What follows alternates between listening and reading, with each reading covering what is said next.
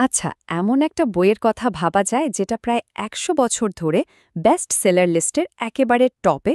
অবিশ্বাস্য, তাই না? ডেল কার্নেগির how to win friends and influence people ঠিক এমনই একটা ক্লাসিক। তো চলুন আর দেরি না করে এই যুগান্তকারী বইটার একেবারে ভেতরে ঢুকে এর মূল সূত্রগুলো একটু জেনে নেওয়া যাক। এই যে স্ক্রিনে একটা সংখ্যা দেখা যাচ্ছে ৮৫%।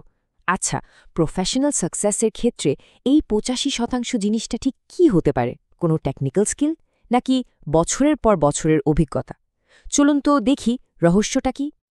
আর এই মানুষটা জন ডি রকফেলার, তিনি তো বলেই দিয়েছেন মানুষের সাথে কাজ করার যে ক্ষমতা, সেটার জন্য তিনি নাকি দুনিয়ার অন্য যে কোনো কিছুর চেয়ে বেশি দাম দিতে রাজি। আর সবচেয়ে অবাক করা ব্যাপার কি জানেন? এই কথাটা কিন্তু ১০০ বছরেরও বেশি পুরনো, কিন্তু আজও কি দারুণভাবে সত্যি, তাই না? তো আমরা এই ব্যাপারটাকে বলছি 85%-এর সমস্যা। কেন? কারণ এটা শুধু একটা কথার কথা নয়, এর পেছনে কিন্তু সলিড ডেটা আছে। কার্নেগি তার বইতে যে রিসার্চের কথা বলেছেন সেটা বলছে যে আমাদের আর্থিক সাফল্যের ৮৫% আসে হিউম্যান ইঞ্জিনিয়ারিং থেকে। মানে, সোজা কথায়, মানুষ চেনা, তাদের লিড দেওয়া আর তাদের সাথে কাজ করার ক্ষমতা থেকে। তার মানে এটা কি দাঁড়ালো? শুধু টেকনিক্যাল নলেজ দিয়ে কিন্তু খুব বেশি দূর এগোনো যাবে না। তাহলে আসল প্রশ্নটা হলো, অন্যদের ইনফ্লুয়েন্স করার সেই বড় রহস্যটা কি? আচ্ছা, এই বইটার একেবারে কেন্দ্রে কিন্তু একটা খুব সহজ কিন্তু অসম্ভব শক্তিশালী আইডিয়া লুকিয়ে আছে। মানুষের একদম ভেতরে সবচেয়ে গভীর ইচ্ছাটা কি জানেন? সেটা হলো গুরুত্বপূর্ণ হয়ে ওঠার ইচ্ছা। কার্নেগি বলছেন, কাউকে দিয়ে যদি কিছু করাতে হয় তাহলে একটাই উপায়, সেটা হলো কাজটা করার জন্য আগে তার নিজের মধ্যে একটা ইচ্ছা তৈরি করে দেওয়া। আর এখান থেকেই আমরা পাচ্ছি আমাদের প্রথম নীতিটা। কার্নেগি এটাকে খুব মজার একটা নাম দিয়েছেন, মৌচাকে লাথি না মারা। মানেটা খুব সোজা। সমালোচনা করা যাবে না, নিন্দা করা যাবে না, আর অভিযোগও করা যাবে না। এই ব্যাপারে আব্রাহাম লিঙ্কনের জীবনের একটা ঘটনা কিন্তু দারুণ উদাহরণ। গেটিসবার্গের যুদ্ধের ঠিক পরে জেনারেল মিড শত্রুপক্ষের আর্মিকে, মানে রবার্ট ই লির বাহিনীকে পালাতে দেন। আর এটা জানার পর লিঙ্কন তো রেগে আগুন। আর সেই রাগের মাথায় তিনি জেনারেল মিডকে কি লিখলেন? একটা অসম্ভব কড়া চিঠি। চিঠিতে লেখা ছিল, আপনার সোনালি সুযোগটা হাতছাড়া হয়ে গেল। ভাবুন একবার, কি সাংঘাতিক কথা। কিন্তু সেই চিঠিটা নাকি কোনো দিনও পোস্টই করা হয়নি। কেন? লিংকন কেন একদম শেষ মুহূর্তে নিজেকে থামিয়ে দিলেন? কারণ লিঙ্কন হয়তো এক মুহূর্ত থেমে ভেবেছিলেন। তিনি বুঝেছিলেন যে সমালোচনা করে আসলে কোনো লাভ হয় না। এতে মানুষ কি করে? ডিফেন্সিভ হয়ে যায়। তাদের আত্মসম্মানে লাগে, মনে রাগ জন্মায়, আর শেষ পর্যন্ত তারা নিজেদের কাজটাকেই ঠিক প্রমাণ করার চেষ্টা করে। মানে কোনো লাভই হয় না। তাহলে সমালোচনা যদি কাজ না করে, বিকল্পটা কি? এখানেই আসছে আমাদের দ্বিতীয় নীতি। সমালোচনা নয়, বরং সৎ আর আন্তরিকভাবে প্রশংসা করা। তবে একটা কথা, প্রশংসা আর তেল দেওয়া বা ফ্ল্যাটারি কিন্তু এক জিনিস নয়।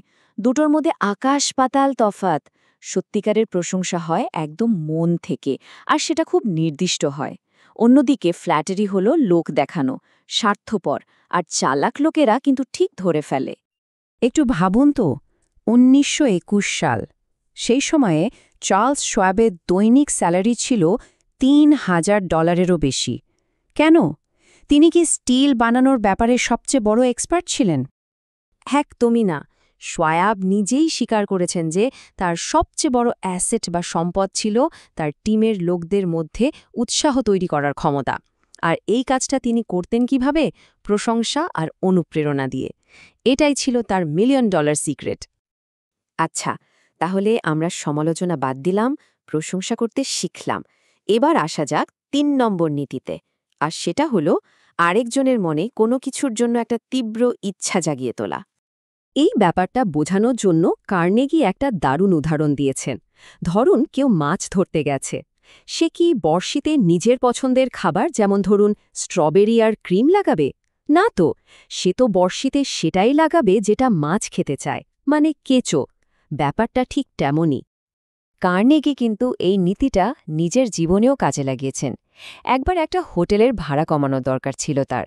তিনি কিন্তু গিয়ে বলেননি আমার ভাড়া কমানো দরকার, একদমই না।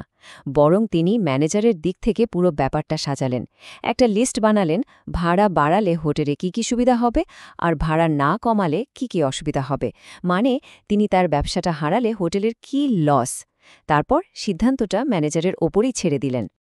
তাহলে এই যে এতগুলো কথা বললাম, এর সব কিছুর সারমর্ম কি? আসলে একটাই, আর সেটা হলো নিজের জুতোটা খুলে অন্যের জুতোয় পা গলানো, মানে নিজের দিক থেকে না ভেবে অন্যের দিক থেকে পুরো পরিস্থিতিটা দেখতে শেখা। আর কার্নেগি নিজেও তো বলেছেন, আসল শিক্ষা তো শুধু জানার মধ্যে নেই, আসল শিক্ষা হলো কাজে। আর এই বইটা ঠিক তেমনই একটা অ্যাকশন বুক। এটা শুধু পড়ার জন্য একটা বই না, এটা হলো কাজে লাগানোর একটা গাইড। তাহলে শেষ প্রশ্নটা সবার জন্য, এই যে 3টা নীতির কথা আমরা শুনলাম, এর মধ্যে কোনো একটা নীতি আজ থেকেই আমরা নিজেদের জীবনে কাজে লাগাতে পারি?